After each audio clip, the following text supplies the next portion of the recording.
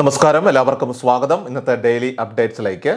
ഇന്ന് 2026 ജൂലൈ മാസം 7-ാം തീയതി ചൊവ്വാഴ്ച. ഇന്നത്തെ ഏറ്റവും പ്രധാനപ്പെട്ട വാർത്താ അപ്ഡേറ്റുകളും നാളെയും തുടർന്നുള്ള ദിവസങ്ങളിൽ നിങ്ങൾ അറിഞ്ഞിരിക്കേണ്ട, ശ്രദ്ധിക്കേണ്ട വളരെ പ്രധാനപ്പെട്ട വാർത്താ അപ്ഡേറ്റുകൾ, അറിയിപ്പുകൾ എന്തൊക്കെയെന്നാണ് ഇന്നത്തെ ഡെയിലി അപ്ഡേറ്റ്സിൽ നിങ്ങളുമായിട്ട് ഷെയർ ചെയ്യുന്നത്. എല്ലാ പ്രേക്ഷകരും പൂർണ്ണമായിട്ട് ഈ അപ്ഡേറ്റുകൾ ശ്രദ്ധിക്കുക. നിങ്ങളെല്ലാവരും വീഡിയോ ഒന്ന് ലൈക്ക് ചെയ്ത് എല്ലാ പ്രേക്ഷകരിലേക്കും മറക്കാതെ ഒന്ന് ഷെയർ ചെയ്യുവാനും നമ്മുടെ ചാനൽ ഇപ്പോൾ തന്നെ സബ്സ്ക്രൈബ് ചെയ്യുവാനും മറക്കരുത്. ഒപ്പം നമ്മുടെ വാട്സപ്പ് ഗ്രൂപ്പിൽ ജോയിൻ ചെയ്യുക. വാർത്തകളും അറിയിപ്പുകളും എല്ലാ ദിവസവും കൃത്യമായി നിങ്ങൾക്ക് വാട്സപ്പ് ഗ്രൂപ്പിൽ ലഭ്യമാകുന്നതാണ്.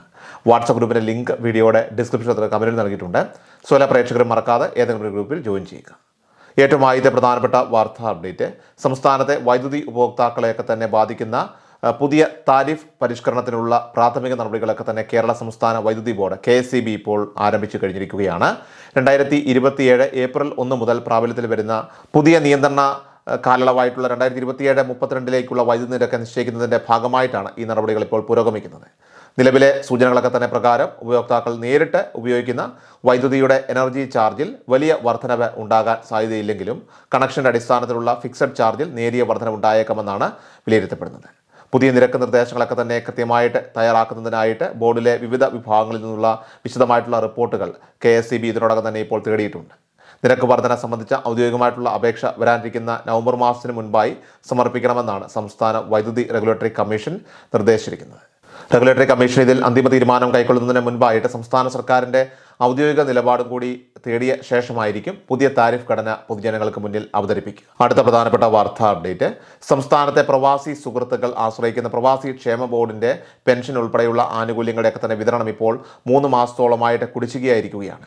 നടപ്പ് വർഷമായിട്ടുള്ള 2026 മാർച്ച് മാസം വരെയുള്ള പെൻഷൻ തുക മാത്രമാണ് ഗുണഭോക്താക്കൾക്ക് ഒടുവിൽ ലഭിച്ചിരിക്കുന്നത്. എന്നാൽ തുടർന്ന് വന്ന ഏപ്രിൽ, മെയ്, ജൂൺ തുടങ്ങിയ മാസങ്ങളിലെ ആനുകൂല്യങ്ങൾ നിലവിൽ പൂർണ്ണമായിട്ടും മുടങ്ങിക്കിടക്കുന്ന അവസ്ഥയാണ് ഉള്ളത്. പ്രവാസികളുടെ ജീവിതത്തിനേറെ തണലാകേണ്ട ഈ പെൻഷൻ തുക അടിയന്തരമായിട്ട് തന്നെ പുനഃസ്ഥാപിക്കണമെന്ന് ആവശ്യപ്പെട്ടുകൊണ്ട് വിവിധ പ്രവാസി സംഘടനകളിൽ നിന്നും പ്രവാസി ക്ഷേമ ബോർഡിൻ്റെ ഗുണഭോക്താക്കൾ നമുക്ക് തന്നെ ഇതിനോടകം തന്നെ സർക്കാരിലേക്ക് നിരവധി നിവേദനങ്ങളും ആവശ്യങ്ങളുമൊക്കെ തന്നെ എത്തിക്കഴിഞ്ഞു. ഈ വിഷയത്തിൽ നിലവിൽ സർക്കാരിൻ്റെ ഭാഗത്തുനിന്നും ചില നിർദ്ദേശങ്ങളും സജീവമായിട്ടുള്ള ആലോചനകളും നടക്കുന്നുണ്ട് എന്നുള്ളത് ആശ്വാസകരമാണ്. അതോടൊപ്പം തന്നെ പ്രവാസി ക്ഷേമ ബോർഡിൻ്റെ പ്രവർത്തനങ്ങളും ആനുകൂല്യ വിതരണവും കൂടുതൽ കാര്യക്ഷമമായിട്ട് മുന്നോട്ട് കൊണ്ടുപോകുമെന്ന കാര്യത്തിൽ സംസ്ഥാന സർക്കാർ പൂർണ്ണമായിട്ടുള്ള ഉറപ്പ് നൽകിയിട്ടുണ്ട്. കഴിഞ്ഞ ദിവസങ്ങളിൽ നിയമസഭയിൽ നടന്ന ചോദ്യോത്തരവേളയിൽ പ്രവാസി ക്ഷേമ ബോർഡിൻ്റെ പ്രവർത്തനങ്ങളിൽ കാലോചിതമായിട്ടുള്ള പരിഷ്കാരങ്ങളും മാറ്റങ്ങളും വരുത്തിക്കൊണ്ട് പെൻഷൻ വിതരണം ഉൾപ്പെടെയുള്ള കാര്യങ്ങളൊക്കെ യാതൊരു തടസ്സവുമില്ലാതെ കൃത്യമായി മുന്നോട്ട് കൊണ്ടുപോകുമെന്ന ശക്തമായ ഉറപ്പ് സംസ്ഥാന സർക്കാർ ഔദ്യോഗികമായി തന്നെ ഇപ്പോൾ നൽകുകയും ചെയ്തിട്ടുണ്ട്. അടുത്ത പ്രധാനപ്പെട്ട വാർത്താ അപ്ഡേറ്റ്, സംസ്ഥാനത്ത് നാളെ സ്വകാര്യ ബസ്സുകൾ പണിമുടക്കും. KSRTCയിൽ സ്ത്രീകൾക്ക് സൗജന്യ യാത്ര അനുവദിച്ചതിനെ തുടർന്ന് സ്വകാര്യ ബസ് മേഖലയിൽ ഉണ്ടായ കനത്ത വരുമാന നഷ്ടത്തിൽ പ്രതിഷേധിച്ചാണ് സമരം. ഡീസൽ ചെലവിനുള്ള തുക പോലും നിലവിൽ ടിക്കറ്റ് കളക്ഷനിൽ നിന്ന് ലഭിക്കുന്നില്ലെന്നാണ് ബസ് ഉടമകളുടെയൊക്കെ തന്നെ പരാതി. ഇതിന് മുന്നോടിയായി ഇന്നലെ കാസർഗോഡ് ജില്ലയിൽ നടത്തിയ സൂചനാ പണിമുടക്ക് പൂർണ്ണമായി. ജില്ലയിലെ 480-ലധികം സ്വകാര്യ ബസ്സുകളാണ് സർവീസ് നിർത്തിവെച്ചത്. KSRTC സർവീസുകളൊക്കെ തന്നെ കുറവുള്ള ഉൾപ്രദേശങ്ങളിലെ യാത്രക്കാർ ഇതോടെ കടുത്ത ദുരിതത്തിലായി. നാളെ സമരം സംസ്ഥാന വ്യാപകമാകുന്നതോടെ യാത്രാക്ലേശം കൂടുതൽ രൂക്ഷമാകുമെന്നാണ് വിലയിരുത്തൽ. അടുത്ത പ്രധാനപ്പെട്ട വാർത്താ അപ്ഡേറ്റ്, കേരള സാമൂഹ്യ സുരക്ഷാ മിഷൻ നടപ്പിലാക്കുന്ന ആശ്വാസകിരണം പദ്ധതിയിലേക്ക് പുതിയ അപേക്ഷകൾ ഇപ്പോൾ ക്ഷണിച്ചിരിക്കുകയാണ്. പൂർണ്ണമായി കിടപ്പിലായിട്ടുള്ള രോഗികൾ, മാനസിക വെല്ലുവിളികൾ നേരിടുന്നവർ, ഓട്ടിസം, സെറിബ്രൽ പാൾസി, അതോടൊപ്പം തന്നെ കടുത്ത മാനസിക രോഗം, പൂർണ്ണ അന്ധത എന്നിവ ബാധിച്ചവർ, കൂടാതെ ക്യാൻസർ, പക്ഷാഘാതം എന്നിവ വന്ന് തീർത്തും അവശരായവർ, എൻഡോസൾഫാൻ ദുരിതബാധിതർ തുടങ്ങിയവരെയൊക്കെ തന്നെ വീടുകളിൽ നിർത്തി പരിചരിക്കുന്ന ഉറ്റ ബന്ധുക്കൾക്കാണ് ഈ പദ്ധതിയിലൂടെ പ്രതിമാസം 1000 രൂപ വീതം ധനസഹായം നൽകുന്നത്. നിലവിൽ ലഭിക്കുന്ന മറ്റ് ക്ഷേമ പെൻഷനുകൾക്ക് പുറമെയാണ് ഈ ഒരു തുക ലഭ്യമാവുക. ഈ ആനുകൂല്യം ലഭിക്കുന്നതിനായിട്ട് രോഗിയെ പരിചരിക്കുന്ന വ്യക്തിക്ക് മറ്റ് ജോലികളോ വരുമാന മാർഗ്ഗങ്ങളോ ഉണ്ടാകാൻ പാടില്ല. കൂടാതെ അപേക്ഷകരുടെ കുടുംബ വാർഷിക വരുമാനം 1 ലക്ഷം രൂപയിൽ താഴെയായിരിക്കണം. BPL റേഷൻ കാർഡ് ഉള്ളവർക്ക് വരുമാന സർട്ടിഫിക്കറ്റിൻ്റെ ആവശ്യമില്ല. എന്നാൽ APL വിഭാഗത്തിൽപ്പെടുന്നവരാണെങ്കിൽ വില്ലേജ് ഓഫീസിൽ നിന്നുള്ള വരുമാന സർട്ടിഫിക്കറ്റ് ഹാജരാക്കേണ്ടതുണ്ട്. രോഗിക്ക് മറ്റ് സർക്കാർ ഏജൻസികളിൽ നിന്ന് സമാനമായിട്ടുള്ള രീതിയിലുള്ള പരിചരണ ആനുകൂല്യങ്ങളൊക്കെ ലഭിക്കാൻ പാടില്ലാത്തതാണ്. എന്നാൽ രോഗിക്ക് ലഭിക്കുന്ന വികലാംഗ പെൻഷനോ വാർദ്ധക്യകാല പെൻഷനോ ഈ ഒരു ധനസഹായം കൈപ്പറ്റുന്നതിന് ഒരു തടസ്സമല്ല. ഈ ഒരു പദ്ധതിയുടെ ധനസഹായം ലഭിക്കുന്നത് രോഗിയുടെ അക്കൗണ്ടിലേക്കല്ല, മറിച്ച് അവരെ പരിചരിക്കുന്ന ആളുടെ ബാങ്ക് അക്കൗണ്ടിലേക്കാണ്. അപേക്ഷിക്കുന്നതിനായിട്ട് പൂരിപ്പിച്ച അപേക്ഷാ ഫോമിനോടൊപ്പം തന്നെ രോഗിക്ക് പൂർണ്ണമായിട്ടുള്ള പരിചരണം ആവശ്യമാണെന്ന് തെളിയിക്കുന്നതും സർക്കാർ ഡോക്ടറോ മെഡിക്കൽ ബോർഡോ ഒപ്പിട്ടതുമായിട്ടുള്ള മെഡിക്കൽ സർട്ടിഫിക്കറ്റ് ഹാജരാക്കേണ്ടതായിട്ടുണ്ട്.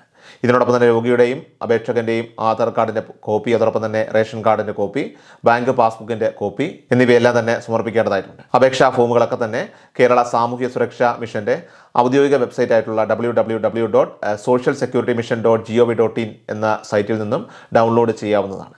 ഇത് കൂടാതെ നിങ്ങളുടെ തൊട്ടടുത്തുള്ള അംഗനവാടികൾ, ആശാ വർക്കർമാർ അല്ലെങ്കിൽ സാമൂഹിക ആരോഗ്യ കേന്ദ്രങ്ങൾ CHC എന്നിവിടങ്ങളിലൊക്കെ തന്നെ അപേക്ഷാ ഫോം നേരിട്ട് കൈപ്പറ്റാൻ സാധിക്കും.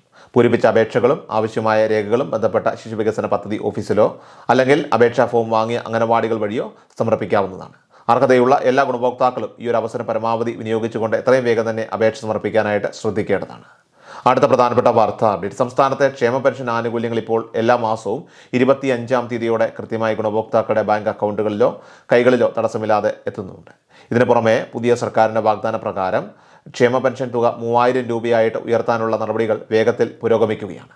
പദ്ധതി എത്രയും വേഗം പ്രാബല്യത്തിൽ വരുത്താനുള്ള നടപടികൾ ആരംഭിച്ചതായിട്ട് കഴിഞ്ഞ ദിവസം നിയമസഭയിലെ ചോദ്യോത്തരവേളയിൽ സർക്കാർ ഔദ്യോഗികമായി തന്നെ അറിയിച്ചിട്ടുണ്ട്.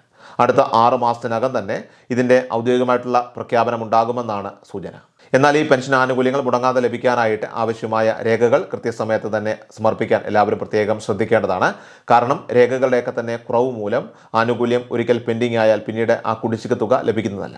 അതോടൊപ്പം തന്നെ പെൻഷൻ ലഭിക്കാനുള്ള അർഹതാ മാനദണ്ഡങ്ങളിലൊക്കെ തന്നെ വലിയ കാലോചിതമായിട്ടുള്ള പരിഷ്കാരങ്ങളൊക്കെ വരുത്താനും സർക്കാർ ഒരുങ്ങുകയാണ്. നമ്മളിപ്പോൾ 2026-ൽ എത്തി നിൽക്കുമ്പോഴും വർഷങ്ങൾ പഴക്കമുള്ള കടുത്ത നിയമങ്ങളുടെയൊക്കെ തന്നെ അടിസ്ഥാനത്തിലാണ് ഇപ്പോഴും പരിശോധനകൾ നടക്കുന്നത്. ഇതിനാൽ ഗുരുതരമായിട്ടുള്ള രോഗാവസ്ഥ കാരണം ഡോക്ടർമാരുടെ നിർദ്ദേശപ്രകാരം വീട്ടിൽ എയർ കണ്ടീഷണർ വെക്കേണ്ടി വന്നവരും അതോടൊപ്പം തന്നെ ആശുപത്രി ആവശ്യങ്ങൾക്കായിട്ട് ഒരു ചെറിയ വാഹനം വാങ്ങുന്നവരുമായിട്ടുള്ള ഒട്ടനവധി നിർധനരായിട്ടുള്ള ആളുകൾ പെൻഷൻ പദ്ധതിക്ക് പുറത്തു നിൽക്കേണ്ടി വരുന്നുണ്ട്.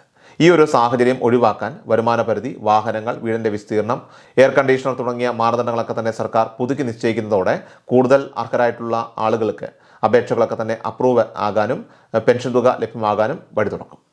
അടുത്ത പ്രധാനപ്പെട്ട വാർത്താ അപ്ഡേറ്റ്. സംസ്ഥാനത്തെ വെള്ള, നീല റേഷൻ കാർഡ് ഉടമകൾക്ക് പിങ്ക് കാർഡുകളിലേക്ക് മാറുന്നതിനുള്ള ഓൺലൈൻ അപേക്ഷകൾ ജൂലൈ 17 വരെ സമർപ്പിക്കാവുന്നതാണ്. വരുന്ന ഓണത്തിന് മുൻപായി തന്നെ അർഹരായിട്ടുള്ള 1,00,000-ഓളം ആളുകൾക്കെങ്കിലും മുൻഗണനാ കാർഡുകൾ വിതരണം ചെയ്യാനാണ് സർക്കാർ ലക്ഷ്യമിടുന്നത്.